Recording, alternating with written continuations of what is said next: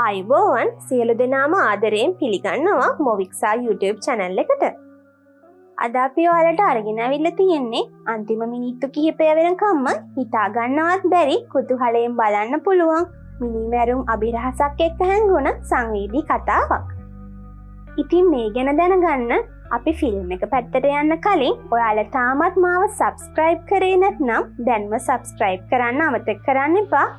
එහෙනම් ඉතින් වැඩි කතා නැතුව අපි යමු ෆිල්ම් එක පැත්තට. මේ කතාව පටන් ගන්නේ CID පොලිස් නිලධාරියෙක් වෙන වික්‍රම්ට මතක් වෙන අතීත සිදුවීමකින්. කෙල්ලෙක් වික්‍රම් මාව බේරගන්න කියලා කෑ ගහද්දී වික්‍රම් දුවගෙන එතනට යනවා. ඒත් ඒ කෙල්ල ඉන්නේ දැල් වලින් වට කරපු තැනක. ඒ නිසා වික්‍රම්ට එතනට යන්න විදියක් නැහැ. ඊට පස්සේ වික්‍රම් ගින්නක් දැකලා හොඳටම බය වෙනවා. ඉතින් ඇත්තටම මෙතන මොකද්ද වෙන්නේ කියලා තාම අපිට හිතා ගන්න බෑ. මේ අතීත කම්පන සහගත සිදුවීම නිසා වික්‍රම් ඉන්නේ PTSD රෝගයට බෙහෙත් ගන්න ගම. වෛද්‍යවරයා වික්‍රම්ට පොලිසියේ වැඩවලින් අයින් වෙලා විවේක ගන්න කියලා කිව්වත් වික්‍රම් ඒක ප්‍රතික්ෂේප කරනවා. මොකද වික්‍රම් කියන්නේ මිනිමැරුම් අපරාධ අංශයේ වැඩ කරන ගොඩක් දක්ෂ පොලිස් නිලධාරියෙක්. ඊළඟට අපට පෙන්වන්නේ වික්‍රම්ට මැසේජ් එකක් එනවා. එයාගේ සීනියර් ඔෆිසර්ගේ. සීනියර් ඔෆිසර්ගේ නම තමයි විශ්වා. මිනිස්සෙක් ගෙදර ඇතුළේදීම වෙඩි තියාගෙන සියදිවි හානි කරගෙන තියෙනවා. මේ වෙලාවේ ඒ සිද්ධිය බලන්නේ අභිලාෂ්. වික්‍රමුත් එතනට ගිහින් බලලා අභිලාෂ්ට උදව්වක් දෙන්න කියලා තමයි විශ්ව මැසේජ් එකකින් කියලා තියෙන්නේ. ඊට පස්සේ වික්‍රම් තම සගය රෝහිත් එක්ක මරණය සිද්ධ වෙලා තියෙන තැනට යනවා. හැබැයි මේ වික්‍රම් සහ අභිලාෂ් අතර ඒ තරම් හොඳ යාළුකමක් නැහැ. එකම ෆීල්ඩ් එකේ වැඩ කරත්. මොකද දෙන්නගෙම තියෙන්නේ පරස්පර අදහස්. වික්‍රම් මෙතනට ආපු එකටත් අභිලාෂ්ගේ වැඩි කැමැත්තක් නැහැ. කොහොම නමුත් වික්‍රම් අභිලාෂ්ගෙන් අහනවා මේ මිනිස්සයා සියදිවි හානි කරගත්ත කියන්න මොකක් හරි සාක්ෂියක් තියනවද කියලා. ඊට පස්සේ අභිලාෂ් ගොඩක් උජාරුවෙන් පෙන්නනවා වීඩියෝ එකක්. ඒ වීඩියෝ එකේ රෙකෝඩ් වෙලා තියෙනවා මේ මරණයට හේතුව මම කියලා මේ කෙනා වෙඩි තියාගෙන සියදිවි හානි කරගන්නවා. අන්න ඒ නිසා තමයි අභිලාෂ් ඇතුළු කණ්ඩායම තීරණයකට ඇවිත් තියෙන්නේ මේ කෙනා සියදිවි හානි කරගෙන කියලා. ඒත් මේ වීඩියෝ එක බැලුවට පස්සේ වික්‍රම්ට තේරෙනවා මේක මිනිමැරුමක්. කවුරු හරි මේ මිනිස්සයට වෙඩි තියාගන්න බල කරලා තියෙනවා කියලා. ඒකට හේතුව තමයි මේ මිනිස්සය වෙඩි තියාගත්තට පස්සේ වීඩියෝ එක නතර වෙලා තියෙනවා. වීඩියෝ එක ඉබේ නතර වෙන්න විදියක් නැහැ. කවුරු හරි කෙනෙක් නතර කරලා තියෙනවා. වික්‍රම් ඒක පැහැදිලි කරලා දුන්නට පස්සේ තමයි අභිලාෂ්ටත් ඒක තේරෙන්නේ. පස්සේ වික්‍රම් මුළු ගෙදරම පරීක්ෂා කරලා බලනවා. මේ වෙලාවේ වික්‍රම්ට හම්බ වෙනවා පුංචි ගල් කැටයක් වගේ දෙයක්. මේක සාමාන්‍යයෙන් පාවිච්චි කරන්නේ තීන්තොප දාන්න. අන්න ඒක නිසා වික්‍රම අභිලාෂ්ට කියලා දෙනවා. මිනිමරුව අනිවාර්යෙන් ලී වැඩ කරන කෙනෙක් හරි තීන්ත කර්මාන්ත ශාලාවක වැඩ කරන කෙනෙක් හරි වෙන්න ඕන. ගෙදරට බලෙන් ඇතුළුණු කිසිම සලකුණක් පේන්නේ නැහැ. මිනිමරුව මේ මැරුණ කෙනා හොඳින් හඳුනන කෙනෙක්. ඒ නිසා මෙයාගේ පවුලේ අය යහළුවන් ගැන හොඳින් හොයලා බලන්න. මම හිතනවා ඔයාගේ විමර්ශන කටයුතු වලට මේ සාක්ෂි ප්‍රමාණවත් කියලා. වික්‍රම් මේ විදියට අභිලාෂ්ට හැමදේම පැහැදිලි කරලා දීලා එතනින් යනවා. මේ සිද්ධියත් එක්ක අභිලාෂ්ට වික්‍රම් ගැන තිබුණු තරහ තවත් වැඩි වෙනවා. මං හිතන්නේ දැන් ඔයාලට තේරෙනවා ඇති වික්‍රම් කියන්නේ මොනතරම් දක්ෂ පොලිස් නිලධාරියෙක්ද කියලා. ඊළඟට වික්‍රම් යන්නේ තමන්ගේ පෙම්වතිය නේහව මුණ ගැහෙන්න. නේහ කියන්නේ මේ අපරාධාංශයේම වැඩ කරන වෛද්‍ය නිලධාරිනියක්. දෙන්න ටිකක් කතා කර කර ඉන්නවා. හැබැයි මේ කතාව අවසන් වෙන්නේ රණ්ඩුවකින්. මොකද වික්‍රම්ගේ අසනීප තත්ත්වය නිසා ඔහුට විවේක ගන්න දැන් පොඩ්ඩක් CID වැඩවලින් අයින් වෙන්න කියලා නේහ බල කරලා කිව්වත් වික්‍රම් ඒ වැඩවලින් අයින් වෙන්න කැමති වෙන්නේ නැහැ. අන්තිමට කොහොම හරි නේහගේ බල කිරීම නිසා වික්‍රම් මාස 6ක නිවාඩුවක් ඉල්ල ගන්නවා. ටික දවසක් ගත වෙනවා. ඊට පස්සේ අපිට පෙන්වන්නේ හයිවේ එකේ යන අවුරුද්ද 8ක ප්‍රීති කියලා ලස්සන කෙල්ලෙක්. හදිසියෙම හයිවේ එකේදී ප්‍රීතිගේ වාහනේ නතර වෙනවා. ප්‍රීති ගෙදරට කෝල් කරන්න ෆෝන් එක හොයද්දි තමයි තේරෙන්නේ ෆෝන් එකත් අමතක වෙලා ගෙදර දාලා ඇවිල්ලා කියලා. පස්සේ ප්‍රීති වාහනෙන් බැහැලා කල්පනා කරලා බලනවා. දැන් මොකද්ද කරන්න කියලා. මේ වෙලාවේ හයිවේ එකේ යන SI එබ්‍රහම් කියන පොලිස් නිලධාරියා ප්‍රීතිව දකිනවා. තරුණ ගැහැණු ළමයෙක් වාහනයත් එක්ක අතරමඟ නැවතිලානේ. අන්න ඒ නිසා SI එබ්‍රහම් බැහැලා ඇවිල්ලා ප්‍රීතිත් එක්ක කතා කරනවා. ප්‍රීති උන දේ කිව්වට පස්සේ SI ඒබ්‍රහම්ගේ ෆෝන් එක ප්‍රීතිට දෙනවා ගෙදරට කෝල් කරලා කියන්න කියලා. ප්‍රීති ගෙදරට කෝල් කරලා තාත්තට එන්න කිව්වට පස්සේ SI ඒබ්‍රහම්වත් එතනින් යනවා. ඒබ්‍රහම් එයාගේ ස්ටේෂන් එකට ගිහින් පැයකට පස්සේ ආපහු හයිවේ එකෙන් යද්දි දකිනවා ප්‍රීතිගේ තාත්තා නිල් පාට කාර් එකකින් ප්‍රීතිගේ උදව්වට ඇවිල්ලා ඉන්නවා. ඊට ටික වෙලාවකට පස්සේ නැවත හයිවේ එකෙන් පොලිසිය පැත්තට යන ඒබ්‍රහම් දකිනවා ප්‍රීති ප්‍රීතිගේ වාහනය තවමත් එතන තියෙනවා. කවුරු හරි කෙනෙක් වෙනත් වාහනයක ඇවිත් ප්‍රීතිගේ වාහනය දිහා බලාගෙන ඉන්නවා. මේ ගැන සැකයක් ඇති වුණ ඒබ්‍රහම් වාහනය නතර කරලා ප්‍රීතිගේ වාහනය ළඟ ඉන්න පුද්ගලයාත් එක්ක කතා කරනවා. බලනකොට මේ ඉන්න පුද්ගලයා තමයි ප්‍රීතිගේ තාත්තා. ඒබ්‍රහම් ප්‍රීතිගේ තාත්තට විස්තර කරලා දෙනවා. අර වෙලේ කතා කළේ මගේ ෆෝන් එකෙන්. එයා දැන් ටිකකට කලින් නිල් පාට කාර් එකක හිටපු කෙනත් එක්ක කතා කර කර හිටියා. සමහර විට යාළුවෙක් වෙන්න ඇති. දැන් ප්‍රීති ගෙදරට ගිහින් ඇති කියලා කියනවා. ඊට පස්සේ ප්‍රීතිගේ තාත්තා ගෙදරට කෝල් කරලා බලනවා ප්‍රීති ගෙදර ආවද කියලා. ඒත් ප්‍රීති තාම ගෙදර ඇවිත් නැහැ. මේ වෙලාවේ ඒබ්‍රහම් ප්‍රීතිගේ තාත්තගේ හිත හදලා ප්‍රීති හවස් වෙද්දි ගෙදර එයි. මොකක් හරි ප්‍රශ්නයක් වුණොත් මේ ළඟම පොලිසියේ මම ඉන්නවා. මට කතා කරන්න කියලා එස්.අයි. ඒබ්‍රහම් එතනින් යනවා. ඊට පස්සේ අපිට පෙන්වන්නේ ඒ දවසේ රෑ වෙන සිද්ධියක්. ප්‍රීති ගෙදර ආවෙ නැති නිසා ප්‍රීතිගේ තාත්තයි අම්මයි ඒබ්‍රහම් ඉන්න පොලිසියට යනවා. හැබැයි මේ සිද්ධිය ඒබ්‍රහම් වැඩිය බරපතලව ගන්නේ නෑ වගේ තේරුණ ප්‍රීතිගේ තාත්තා ඒබ්‍රහම්ට බනිනවා. ඒකට තරහ ගියේ ඒබ්‍රහම් මම ඔයාලගේ දුවගේ පෞද්ගලික ආරක්ෂකයා නෙවෙයිනේ. කරුණාකරලා පාඩුවේ ගිහින් පැමිණිල්ලක් දාන්න. අපි ඊට පස්සේ ඒ ගැන බලා ගන්නම් කියලා ප්‍රීතිගේ තාත්තට කියනවා. ප්‍රීතිගේ තාත්තගේ පැමිණිල්ලෙන් පස්සේ ඒබ්‍රහම් තමන්ගේ කණ්ඩායමත් එක්ක ප්‍රීති ගැන හොයන්න පටන් ගන්නවා. නිල් පාට කාර් එක ගැන සැක හිතුණ ඒබ්‍රහම් හයිවේ එකේ දොරටුව ළඟ තියෙන කඩවලිනුත් අහලා බලනවා. නිල් පාට වාහනයක් ගැන. ඒත් ඒ කිසිම කෙනෙක් ඒ කාලය ඇතුළත ඒ වගේ වාහනයක් දැකලා නැහැ. ඊට පස්සේ ඒබ්‍රහම් හයිවේ එකේ දොරටුව ළඟ තියෙන CCTV චෙක් කරලා බලනවා නිල් පාට වාහනයක් පිට වෙලාද කියලා. ඒත් එහෙම වාහනයක් පිට වෙලා නැහැ. එතකොට මේ නිල් පාට කාර් එකට මොකද වුනේ? ඔන්න ඊට පස්සේ අපිට පෙන්වන්නේ පොලිසියට තාම ප්‍රීති ගැන හොයාගන්න බැරි වුණ නිසා ප්‍රීතිගේ අම්මයි තාත්තයි එයාලගේ පවුල ඥාතියෙක් වෙන සීනියර් ඔෆිසර් විශ්වට මේ සිද්ධිය ගැන දැනුම් දීලා. එස්.අයි. ඒබ්‍රහම්ගේ හැසිරීමයි හැමදේමත් එක්ක ප්‍රීතිගේ අතුරුදහන් වීමට විශ්ව සැක කරන්නේ එස්.අයි. ඒබ්‍රහම්ව. අන්න ඒ නිසා විශ්ව තාවකාලිකව ඒබ්‍රහම්ගේ වැඩ තහනම් කරනවා. ඔන්න ඊට පස්සේ අපිට පෙන්වන්නේ මාස දෙකකට පස්සේ වෙන සිද්ධියක්. නිවාඩු අරන් හිටපු වික්‍රම්ට ආරංචි වෙනවා නේහ දවස් දෙකක ඉඳන් අතුරුදහන් කියලා. කලබල වුණ වික්‍රම් විශ්ව ළඟට ඇවිත් මේ කේස් එක මට බාර දෙන්න. මම නේහව හොයාගන්නම් කියලා කියනවා. ඒත් විශ්වා මේක වික්‍රම්ට බාර දෙන්නේ නැහැ. මොකද නේහ කියන්නේ වික්‍රම්ගේ පෙම්වතිය නිසා. හැඟීම් මුල් කරගෙන මේ කේස් එක වික්‍රම්ට කරන්න බෑ කියලා හිතපු විශ්වා මේ කේස් එක අභිලාෂ්ට බාර දෙනවා. අභිලාෂ් මේ කේස් එක බාරගත්තට වික්‍රම් නිකන් ඉන්නේ නැහැ. වික්‍රම් රෝහිත් එක්ක මේ සිද්ධිය ගැන හොයන්න පටන් ගන්නවා. දෙන්න එකතු වෙලා පරීක්ෂා කරලා බලනවා නේහ පහුගිය දවස් ටිකේ මොන වගේ කේසස් එක්කද වැඩ කරලා තියෙන්නේ කියලා. මෙතනදී වික්‍රම්ට දැනගන්න ලැබෙනවා. පහුගිය දවස් ටිකේ නේහ බලලා තියෙන්නේ අතුරුදහන් වුණ ප්‍රීති ගැන කියලා. ප්‍රීතිගේ ෆයිල් එක බලපු වික්‍රම්ට නේහගේ අතුරුදහන් වීමට මේ ප්‍රීතිගේ කේස් එකෙත් සම්බන්ධයක් ඇති කියලා නිකන් සැකයක් ඇති වෙනවා. නේහ මේ කේස් එකේදී වැඩ කරලා තියෙන්නේ ශ්‍රීනිවාස් එක්ක. ඉතින් ඒ නිසා වික්‍රම් ගිහින් මේ ගැන කතා කරලා බලනවා ශ්‍රීනිවාස් එක්ක. ශ්‍රීනිවාස් කියන විදිහට ප්‍රීතිගේ අතුරුදහන් වීම ගැන නේහ සාක්ෂියක් හොයාගෙන තියෙනවා. ඒ ගැන ශ්‍රීනිවාස්ට කියන්න තමයි ඉඳලා තියෙන්නේ. ඒත් ඒ ගැන අහන්න කලින් නේහ අතුරුදහන් වෙලා. පස්සේ වික්‍රම් ශ්‍රීනිවාස්ගෙන් අහනවා ප්‍රීති ගැන හොයාගත්ත සාක්ෂි මොනවද කියලා. ශ්‍රීනිවාස් පුළුන් කෑල්ලකුයි එන්නත් කටුවකුයි වගේ දේකුයි වික්‍රම්ට දීලා මේ ටික හම්බුනේ ප්‍රීතිගේ වාහනේ ළඟ තිබිලා. මේ වගේ ප්‍රීතිගේ DNA වත් කිසිම දෙයක්වත් නැහැ. සමහර විට මේ දේවල් ප්‍රීතිගේ අතුරුදහන් වීමට සම්බන්ධ නැති අහඹු දේවල් වෙන්නත් පුළුවන් කියලා ශ්‍රීනිවාස් වික්‍රම්ට කියනවා. ඊට පස්සේ වික්‍රම් රෝහිත් දෙන්න මුලින්ම කරන්නේ ප්‍රීතිගේ කේස් එකේ සැකකාරයෙක් වෙන එස්.අයි. ඒබ්‍රහම් හොයාගෙන යන එක. මොවුන් යද්දී ඒබ්‍රහම් ඉන්න ළඟ කඩයක වික්‍රම්ට ගේ පරීක්ෂා කරන්නත් ඕන නිසා වික්‍රම් ඒබ්‍රහම්ට කියනවා අපි ගෙදර ගිහින් කතා කරමු වාහනේට නගින්න කියලා. කට්ටියම වාහනේ නැගලා ඒබ්‍රහම්ගේ ගෙදර යන මගදී ඒබ්‍රහම් කියනවා සර් ඔතනින් නතර කරන්න. මගේ බයික් එක ගරාජ් එකේ හදන්න දාලා තියෙන්නේ. ඒකත් අරගෙන යමු කියලා. ඊට පස්සේ කොහොම හරි වාහනේ නතර කරලා ගරාජ් එකෙන් බයික් එක අරන් ඒබ්‍රහම්ගේ ගෙදර යනවා. ඊට පස්සේ රෝහිත් ඒබ්‍රහම්ගෙන් ප්‍රශ්න කරද්දී වික්‍රම් ඒබ්‍රහම්ගේ ගේ පරීක්ෂා කරනවා. ඒත් ගෙදරින් කිසිම දෙයක් හම්බුනේ නැති වික්‍රම් ගෙදරින් එළියට ගිහින් ඒබ්‍රහම්ට සිගරට් එකක් දීලා ප්‍රීති ප්‍රීතිගේ කේස් එක ගැන කතා කර කර ඉඳලා ඒබ්‍රහම්ට අතට අත දීලා ඒබ්‍රහම්ගේ ගෙදරින් පිටත් වෙන්න හදනවා. වික්‍රම් ඒබ්‍රහම් ගැන තිබුණු සැකය සම්පූර්ණයෙන් අයින් කරගෙන නැහැ. එද්දී ඒබ්‍රහම්ට අතට අත දීලා තියෙන්නේත් ඒබ්‍රහම්ගේ ඇඟිලි සලකුණු ගන්න ඕන නිසා. ඒ විතරක් නෙමෙයි. වික්‍රම් රෝහිත්ට කියනවා ඒබ්‍රහම් බීලා විස් කරපු සිගරට් එකත් එකතු කරගන්න කියලා. ඒ කියන්නේ මේ අය හොරෙන්ම ඒබ්‍රහම්ගේ ඇඟිලි සලකුණු විතරක් නෙවෙයි DNA පවා එකතු කරගන්නවා. ඊළඟට වික්‍රම් යන්නේ ප්‍රීතිගේ ගෙදර අයගෙන් ප්‍රශ්න කරන්න.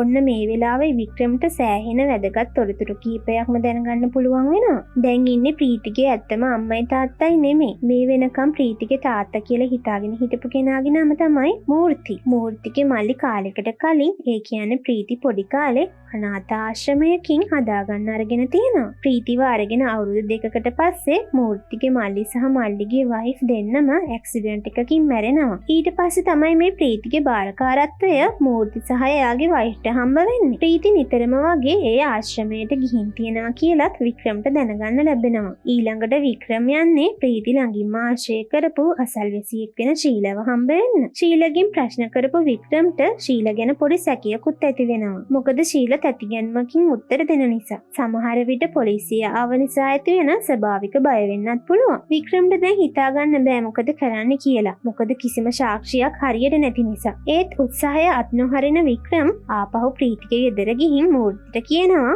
අතුරුදහන් වුණ ප්‍රීතිව හොයාගන්න ලැබෙන්න කියලා ඔයාලා පූජාවක් කරන්න කියලා. ඒත් එහෙම දෙයක් පොලිසියෙන් කියන්නේ ඇයි කියලා මූර්තිට හිතා ගන්න බෑ. ඊට පස්සේ වික්‍රම් පූජාව තියන්න කිව්වේ ඇයි කියලා පැහැදිලි කරලා දෙනවා. ප්‍රීතිගේ අතුරුදහන් වීමට ළඟම කෙනෙක් සම්බන්ධ ඇති කියලා මට සැකයක් තියෙනවා. ඒ නිසා පූජාව මෙහෙම කරන්න. ප්‍රීතිව පැහැරගත්ත කෙනත් පූජාවට එන්න ඉඩ තියෙනවා. එතකොට අපිට ඒ කෙනා ගැන නිරීක්ෂණය කරන්න පුළුවන්. කවුරු හරි කෙනෙක් ආවේ නැත්නම් ඒ කෙනාට ඒ සැකය යන නිසා අනිවාර්යෙන් හැමෝම ඒ කියලා වික්‍රම් මූර්තිට පැහැදිලි කරලා දෙනවා. කියපු විදියටම පහුවෙන්ද පූජාව පටන් ගන්නවා. ටික වෙලාවකට පස්සේ ශීල කලබලයෙන් දුවගෙන ඇවිත් සර් ඉක්මනට එන්න. පෙන්වන්න දෙයක් තියෙනවා කියලා ශීල ගෙදරට වික්‍රම්ව එක්කගෙන යනවා. ශීලගේ ගෙදරට යන වික්‍රම් දකිනවා කවුරු හරි කෙනෙක් ශීලගේ ගෙදර ඉස්සරහින් නෝට් එකක් තියලා ගිහිල්ලා. ඒකේ ලියලා තියෙන්නේ මලසිරුර තානායම එහා පැත්තේ වල දාලා තියෙනවා. ඒ වගේම මේ නෝට් එකේ වික්‍රම්ගේ නමත් සඳහන් වෙලා තියෙනවා. මේක දැකපු ගමන් වික්‍රම් හොඳටම බය වෙනවා. මොකද නේහ ජීවතුන් අතර කියලා හිතාගෙනනේ වික්‍රම් මේ පරීක්ෂණය කරන්නේ. මේ මලසිරුර නේහගෙද කියන සැකයත් එක්ක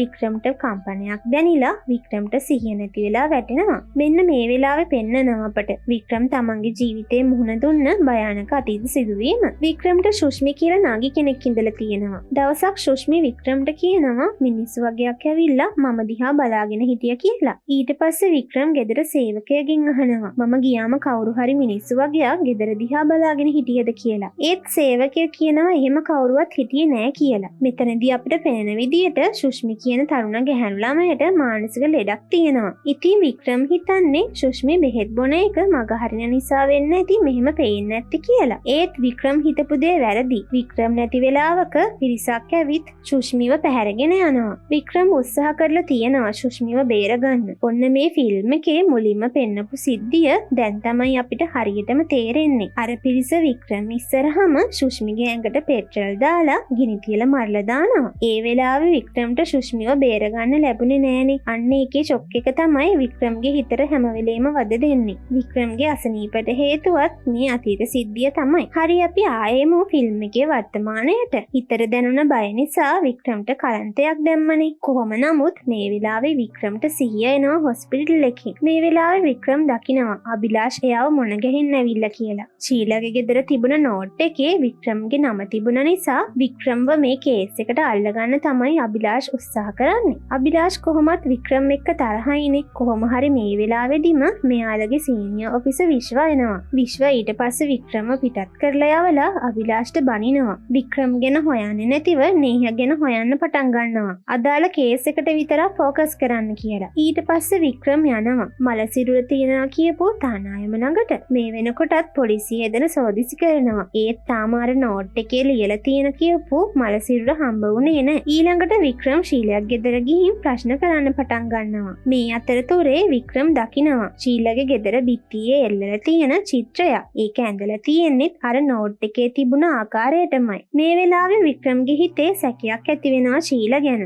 ඒ නිසා වික්‍රම් අර චිත්‍රයේ ෆොටෝ එකක් අරගෙන නෝට් එකේ අත්අකුරුත් එක්ක සංසන්දනය කරලා බලනවා. ඉතින් මේ දෙකම පරීක්ෂා කරලා බලපු විශේෂඥයන් නම් කියන්නේ නෝට් එකේ අකුරු වෙනස් කරලා ලියන්න උත්සාහ කරත් චිත්‍රය ඇඳපු කෙනාම තමයි නෝට් එක ලියලා තියෙන්නේ කියලා හොයාගන්නවා. ඉතින් ශීලගේ ගෙදර චිත්‍රය ඇඳලා තියෙන්නේ ශීලම නිසා වික්‍රම් තමන්ගේ කණ්ඩායමත් එක්ක ගිහින් ශීලගේ ගෙදර සම්පූර්ණයෙන් සෝදිසි කරලා බලනවා. ගෙදර ඇතුලේ නම් කිසිම සාක්ෂියක් හම්බ වෙන්නේ නැහැ. ඒත් වික්‍රම් දකිනවා එළියේ වෙනම වාහනයක් වහලා දාලා තියෙනවා. වාහනය වහලා තියෙන රෙද්ද ඉවත් කරලා බලද්දී ඒක නිල් පාට වාහනයක්. ප්‍රීති අතුරුදහන් වෙන්න කලින් කවුරු හරි ඇවිත් කතා කරලා තියෙනවනේ. ඒ ආපු කෙනා ඇවිත් තිබුණෙත් නිල් පාට කාර් එකකින්. ඉතින් ඒ නිසා ශීල ගැන තිබුණ සැකය තවත් වැඩි වෙනවා. ඊට පස්සේ වාහනේ ඩිකිය ඇරලා බලද්දී ශීලගේ ගෙදර තිබුණ නෝට් එක ලියන්න උත්සාහ කරපු කොළ කීපයක්ම වික්‍රම්ට හම්බ වෙනවා. මේ හැම සාක්ෂියක්ම ශීලට විරුද්ධව තියෙන නිසා ශීලව අත්අඩංගුවට අරන් ප්‍රශ්න කරනවා. ශීලව බය කරලා ප්‍රීති ගැන වගේම නේහ ගැනත් අහනවා.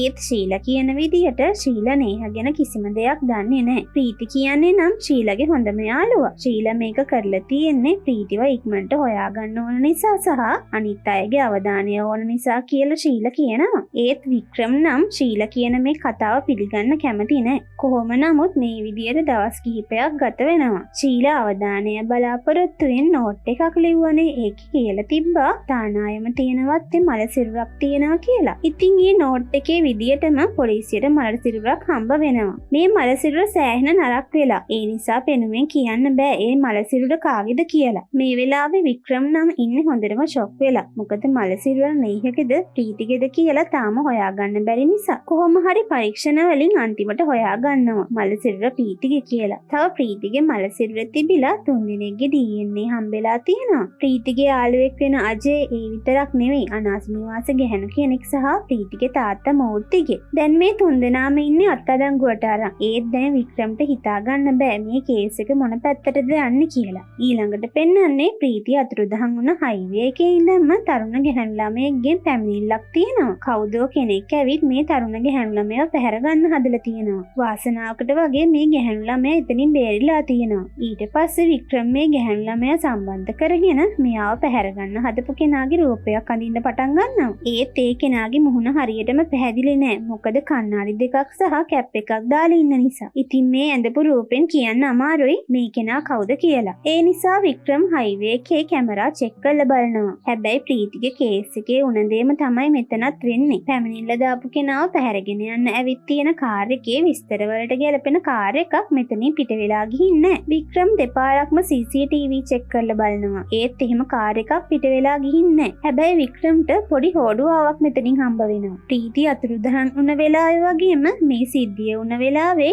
එකම ලොරියක් පිට වෙලා ගිහින් තියෙනවා. වික්‍රම් මේ ලොරිය ගියපු කෙනාගේ ෆොටෝ එකක් අරන් අත්අඩංගුවට අරන් ඉන්න සියලු දෙනාට පෙන්නලා ප්‍රශ්න කරනවා. ඒත් මේ කිසිම කෙනෙක් මේ කෙනාව දැකලා නැහැ. ඉතින් වික්‍රම් ආපහු හිර වෙනවා. වික්‍රම් ඊට පස්සේ අපරාධකරුවන් ලැයිස්තුවේ පරීක්ෂා කරලා බලනවා මෙහෙම කෙනෙක් ඉන්නවද කියලා. ඔන්න මේ වෙලාවේ එතනට එනවා අභිලාෂ්. නේහගේ සිද්ධියට අභිලාෂ් සැක කරන්නේ වික්‍රම් වනේ. ඉතින් ඒ නිසා අභිලාෂ් කින්ඩියට වගේ වික්‍රම්ට ඇහෙන්න කියනවා වික්‍රම්ගේ නමත් හරිනම් ඔය ලැයිස්තුවේ තියෙන්න ඕන කියලා. මේකට තරහ යන වික්‍රම් අභිලාෂ්ට පහර දෙනවා. දෙන්න අතර සටනක් ඇති වෙනවා. මේ අතර වික්‍රම්ගේ ෆෝන් එක බිම වැටෙනවා. වික්‍රම් ඈතට දකිනවා අර ලොරිය ගියපු කෙනාගේ රූපය. CCTV කැමරාවලින් ගත්ත නිසා රූපය බොඳ වෙලා තියෙන්නේ. නමුත් දුර ඉඳන් මේ විදියට දැක්කට පස්සේ වික්‍රම්ට මතක් වෙනවා මේ පුද්ගලයව මීට කලින් දැකලා තියෙනවා කියලා. ඔයාලට මතක ඇති එදා වික්‍රම් ඒබ්‍රහම් එක්ක යද්දී ඒබ්‍රහම් මගින් බැස්සා එයාගේ බයික් එක ගන්න. ඒ වෙලාවේ ගරාජ් එකේ වැඩට හිටපු කොල්ලගේ රූපය තමයි වික්‍රම්ට මතක් වුනේ. වික්‍රම් ඒ වෙලාවෙම ඒ ගරාජ් එකට යනවා. ඒක වහලා නිසා ඒබ්‍රහම්ගේ ගෙදර ගිහින් ඒබ්‍රහම් එක්ක ඒ ගරාජ් එකේ කොල්ල හොයාගෙන යනවා. මේ කොල්ලගේ නම තමයි ෆහත්. ෆහත් ඉන්න තැනත් වික්‍රම්ල පරීක්ෂා කරලා බලනවා. ඒත් එතන ෆහත් නෑ. ටික වෙලාවකට පස්සේ එළියෙන් සද්දයක් එනවා. ඇත්තටම ෆහත් ඇවිල්ලා ඒත් ඇතුලේ කවුරු හරි ඉන්නවා කියලා දැනගත්තට පස්සේ ෆහත් පැන ගන්න උත්සාහ කරනවා. වික්‍රම ඒබ්‍රහනුත් ෆහත් පස්සේ පන්නනවා. ටික වෙලාවකින් දුර ඉඳලා ෆහත් තියෙන වෙඩිල්ල ඒබ්‍රහම්ට වදිනවා. මේ වෙඩිල්ල නිසා ඒබ්‍රහම් එතනම මැරෙනවා. වික්‍රම්ට ඒබ්‍රහම්ව බේරගන්න කිසිම අවස්ථාවක් හම්බ වෙන්නේ නැහැ. මේ වෙලාවේ එකපාරටම ෆහත් ළඟටම ඇවිල්ලා වික්‍රම්ටත් වෙඩි තියන්න උත්සාහ කරනවා. වික්‍රම්ගේ වාසනාවට වගේ කවුදෝ කෙනෙක් ඇවිත් ෆහත්ගේ උරහිසට වෙඩි තියනවා. මේ විදියට වික්‍රම්ගේ උදව්වට ඇවිල්ලා තියෙන්නේ වික්‍රම්ගේ තරහකාරයා අභිලාෂ්. අභිලාෂ් වික්‍රම්ව ෆලෝ කරලා තියෙනවා. කොහොම නමුත් වික්‍රම් අභිලාෂ් එක්ක එකතු වෙලා ෆහත්ව අල්ලගෙන ෆහත්ගෙන් ප්‍රශ්න කරන්න පටන් ගන්නවා. ෆහත් වැරද්ද පිළිගන්නවා. හැබැයි ෆහත්ට වැඩේ බාර දීලා තියෙන්නේ වෙන කෙනෙක්. ඒ අයගේ නම් ගම් නම් ෆහත් දන්නේ නැහැ. හැබැයි ඒ අයගේ ගෙදර ෆහත් දන්නවා. ෆහත් ඊට පස්සේ ඒ ගෙදරට වික්‍රම අභිලාෂ්ව එක්කගෙන යනවා. වික්‍රම ඊට පස්සේ තනියම යනවා මේ ගේ ඇතුළට. ඉතින් ඔයාලට හිතාගන්න පුළුවන්ද මේ ගෙදර කාගේද කියලා? මේ ගෙදර ඇත්තටම වික්‍රම්ගේ සගයා රෝහිත්ගේ. උන දේ අදහගන්න බැරි වුණ වික්‍රම් රෝහිත්ට කියනවා බාර වෙන්න අපි මේ ගැන කතා කරමු කියලා. ඒත් රෝහිත් ඒක අහන්නේ නැතුව ලාච්චුවේ තියෙන එයාගේ පිස්ටල් එක අතට ගන්න උත්සාහ කරනවත් එක්කම වික්‍රම්ට සිද්ධ වෙනවා රෝහිත්ට වෙඩි තියන්න. මේ වෙඩි පහරින් රෝහිත් මැරෙනවා. මේ සිද්ධියෙන් වික්‍රම් පවා ෂොක් වෙනවා. මොකද අවුරුදු ගාණක් තමන් එක්ක වැඩ කරපු කෙනානේ රෝහිත් කියන්නේ. මෙන්න මේ වෙලාවේ පඩිපෙළ දිගේ පහළට දුවගෙන එන රෝහිත්ගේ වයිෆ් සප්නා රෝහිත්ව බදාගෙන මේ හැමදේම කරේ රෝහිත් නෙමෙයි මම කියලා පාපොච්චාරණය කරනවා. ඔන්න දැන් ආපහු කතාව වෙනස් වෙන්න යන්නේ. සප්න මුල ඉඳන්ම කතාව කියන්න පටන් ගන්නවා. ඔයාලට මතක ඇතිනේ පොඩි කාලේ ප්‍රීති ඉඳලා තියෙන අනාථ නිවාසෙකනේ. අන්න ඒ අනාථ නිවාසෙම තමයි සප්න සහ සප්නගේ නංගිත් ඉඳලා තියෙන්නේ. මේ තුන්දෙනාම හොඳ යාළුවෝ. ඒ අතරතුරේදී මේ අනාථ නිවාසයට ඇවිල්ලා තියෙනවා මූර්තිගේ මල්ලි සහ එයාගේ වයිෆ්. ඒ අය ඇවිත් තියෙන්නේ අනාථ නිවාසයෙන් ගෑනු ළමෙක් අරගෙන ඒ අයගේ දුව විදියට හදාගන්න. ඒ අය කියපු විස්තර අනුව ඒකට ගැලපෙන තුන්දෙනා තමයි සප්නා සප්නගේ නංගී ප්‍රීති. නමුත් ඒ අතරින් සප්නගේ නංගිගේ සෞඛ්‍ය මට්ටම හොඳ තත්ත්වයක නැහැ. සප්නගේ නංගිගේ හදවතේ සිදුරක් ડોක්ටර්ස්ලා කියලා තියන්නේ නම් අවුරුදු කිහිපයක් යද්දී ඒක සුව වෙයි කියලා. අනාථ නිවාසේ පාලිකාව මේ විස්තර මූර්තිගේ මල්ලිට කියනවා. මේ අයට ඒක ප්‍රශ්නයක් නැහැ. මේ තුන්දෙනාගෙන් කෙනෙක් හදාගන්න කැමති වෙනවා. ඒත් හිතට එකඟව මේ තුන්දෙනාගෙන් දෙන්නෙක්ව අයින් කළා දාලා එක්කෙනෙක්ව අරන් යන්න අමාරු නිසා මේ නම් තුන කොළවල ලියලා එකක් තෝරගන්නවා. මේ අතරතුරේදී සබ්න ප්‍රීතිට කියලා තියෙනවා. ඔයාගේ නම තේරුණත් ඔයා ඒ අය එක්ක යන්න කැමති නෑ කියලා කියන්න. මමත් එහෙම කියන්න. මොකද මගේ නංගිව ඒ අය ගත්තොත් මගේ නංගිට ප්‍රතිකාර කරලා නංගිව බේරගනී කියලා. කොහොම නමුත් අර අය හම්බු ලෙස තෝරගෙන තියෙන්නේ ප්‍රීතිගේ නම. ඒත් ප්‍රීති සබ්නට පොරොන්දුන විදියට ඒ අය එක්ක යන්න කැමති නෑ කියලා නෑ. ප්‍රීති එදාම ඒ අයත් එක්ක ගිහින් තියෙනවා. ඒක දැක්කට පස්සේ සබ්නගේ හිතේ ප්‍රීති ගැන තරහක් ඇති වෙනවා. කොහොම හරි ප්‍රීති ගිහින් අවුරුද්දක් යන්නත් කලින් සප්නගේ නංගි හදවතේ තිබුණ සිදුරු නිසා මැරෙනවා. නංගි මැරුණේ ප්‍රීති නිසා කියලා සප්නගේ හිතේ ලොකු තරහක් ඇති වෙලා තියෙනවා. කොහොම නමුත් ඒ විදියට කාලය ගත වෙලා ගිහින් සප්නට ක්ලබ් එකකදී ප්‍රීතිව හම්බෙනවා. මෙතනදී සප්නගේ හිතේ ප්‍රීති ගැන තිබුණ තරහ වැඩි වෙලා තියෙනවා. සප්න ගෙදර ඇවිත් රෝහිත්ට හැමදේම කියලා තියෙනවා. ඒත් දැන් ඒ වෙනුවෙන් කරන්න දෙයක් නැහැ කියලා රෝහිත් සප්නට තේරුම් කරන්න උත්සාහ කරලා තියෙනවා. ඒත් ඒක හරි ගිහින්නේ. සප්නගේ හිතේ ප්‍රීති ගැන තිබුණ තරහ එන්න වැඩි වෙලා තියෙනවා. අන්න ඒ නිසා සප්නා රෝහිත් නොකිය ප්‍රීතිව මරලා දාන්න සම්බන්ධ කරගෙන තියෙන්නේ අර ගරාජ්ගේ පහත්ව. පහත් සල්ලි වලට ඕන වැඩක් කරන කෙනෙක්. අන්න ඒ නිසාම තමයි මෑත කාලේත් කෙල්ලෙක්ව පැහැර ගන්න හදලා තියෙන්නේ. පහත් අර විදියට සප්නගේ ඕඩර් එක බාරගත්තට පස්සේ සැලසුම් දියත් කරලා තියෙනවා. පහත් තමයි ප්‍රීතිගේ වාහනේ අතරමඟ නවතින විදියට හැම දෙයක්ම කරලා තියෙන්නේ. ඒ අය හිතපු විදියටම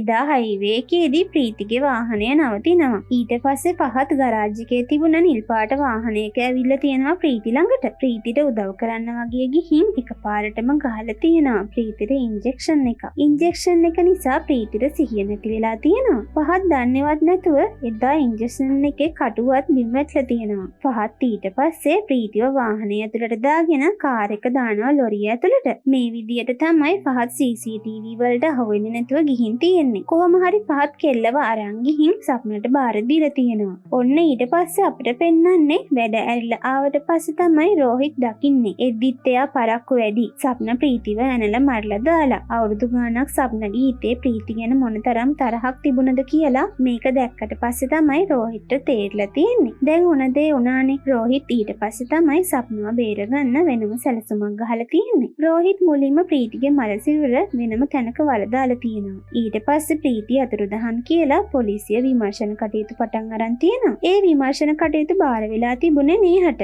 නේහ ඇතුළු කණ්ඩායමට අර පුළුන් කෑල්ල වගේම වැටලා තිබුණ එන්නත් කටුවත් හම්බෙලා තියෙනවා. ඒව පරීක්ෂා කරලා බලද්දී ඒ වගේ තිබුණ ඇඟිලි සලකුණු අයිති පහත්ත කියලා නේහ හොයාගෙන තියෙනවා. නේහ ඒක ශ්‍රීනිවාස්ට කියන්න උත්සාහ කරලා තියෙනවා. ඒත් ෆෝන් එක වැඩ කරලා නැති නිසා නේහ ඒක රෝහිත්ට කියනවා. සප්නව අහුවේ කියන බයට රෝහිත් සාක්ෂි වෙනස් කරලා මේ සිද්ධිය ගැන කතා කරන්න ඕන කියලා ගිහින් තියනා නේහව හම්බ වෙන්න. නේහ ඒ වෙලාවේ බීම දෙකක් හදාගෙන ඇවිල්ලා තියෙනවා. නේහ එතන නැති වෙලාවක් වල්ලා රෝහිත් නේහගේ බීම එකට සිහිය නැති වෙන බෙහෙත් දාලා තියෙනවා. නේහට සිහිය නැති වුණාට පස්සේ රෝහිත් පහත් උදව්වෙන් නේහව අරගෙන ගිහින් තියෙනවා. මේ අය නේහව මරන්න නෙවෙයි අරගෙන ගිහින් තියෙන්නේ. සප්න සහ රෝහිත්ට රටින් පැන ගන්නකන් නේහව හංගල තියාගන්න. මොකද නේහ හැමදේම හොයාගත්තොත් මේ අය අහුවෙන නිසා. ඒත් වික්‍රම් මේ සිද්ධිය හොයන්න පටන් ගත්තට පස්සේ හැමදේම අහුවෙනවා කියලා දන්න රෝහිත් වෙනම සැලසුමක් ගහලා තියෙනවා. රටින් පනිනකම් මේකෙන් බේරෙන්න. මේ අතරතුරේ තමයි ශීලා අවධානය ගන්න නෝට් එකක් ලියලා තියෙන්නේ. මේකෙන් ප්‍රයෝජනය ගත්ත රෝහිත් වලදාපු මල සිරුර ගොඩ අරගෙන අර නෝට් එකේ තිබුණ තැන වලදාලා තියෙනවා. රටින් පැන ගන්න තව කල් ඕන නිසා රෝහිත් මේ විමර්ශන කටයුතු නොවග යවන්න 3 දෙනෙක්ගේ DNA අරගෙන මල සිරුර තැම්පත් කරනවා. ඒත් රෝහිත් බලාපොරොත්තු වුණ දේ සිද්ධ වුණේ නැහැ. අන්තිමට වික්‍රම්ගේ වෙඩි පහර නිසා රෝහිත් මැරෙනවා. මේ වෙද්දී නේහ ඉන්න තැන ගැන සප්න කියනවා. ඊට පස්සේ වික්‍රම් ඇතුළු කණ්ඩායම ගිහින් නේහව බේර ගන්නවා. මේ සිද්ධියෙන් පස්සේ සප්නව අත්අඩංගුවට ගන්නවා. ඊට පස්සේ අපිට පෙන්වන්නේ රෝහිත්ගේ අවසන් කටයුතු. වික්‍රම් දැන් සෑහෙන අවුලෙන් ඉන්නේ. ඒකට ලොකු හේතුවක් තියෙනවා. මොකද වික්‍රම්ට හම්බ වෙලා තියෙනවා රෝහිත්ගේ ඩයරි එක. ඒකේ වෙනම පිටුවක් වික්‍රම්ට වෙන් කරලා තියෙනවා. ඒකේ මොනවද තියෙන්නේ කියලා නේහ වික්‍රම්ට කියනවා. රෝහිත් වික්‍රම් වෙනුවෙන් ලියලා තියෙන්නේ වික්‍රම් ඔයා දක්ෂයෙක්. ඔයා මේ හැම දෙයක්ම හොයා ගන්නවා කියලා මම දන්නවා. මම ඔයාට කවදාවත් හානියක් කරන්න උත්සාහ කරන්නේ නැහැ. මට ගෞරවනීය අවසානයක් ලැබෙන්නේ ඔයාගේ පිස්ටල් එකේ උණ්ඩයකින් විතරයි. මම හැම දෙයක්ම සැලසුම් කරේ ඔයාගේ අතින් මැරෙන්න ඕන නිසා. ඉතින් ඔයාලට දැන් තේරෙනවා ඇති රෝහිත් කියන්නේ සෑහෙන අහිංසක කෙනෙක්. අන්තිමේට හැමදේම අහුවෙනවා කියලා දැනගත්ත නිසා රෝහිත් වික්‍රම් අතින්ම මැරෙන්න සැලසුම් කරලා තියෙනවා. ඔන්න ඔහොම තමයි 2020 නිකුත් වූ මේ සුපිරි ෆිල්ම් එක අවසන් වෙන්නේ. ඉතින් තවත් මේ වගේ මූවිස් බලන්න අපේ channel එක subscribe කරලා තියාගන්න අමතක කරන්න එපා. තවත් දවසක තවත් මූවි එකකින් හමු වෙනකම් ඔයාලා හැමෝටම සුබ දවසක්.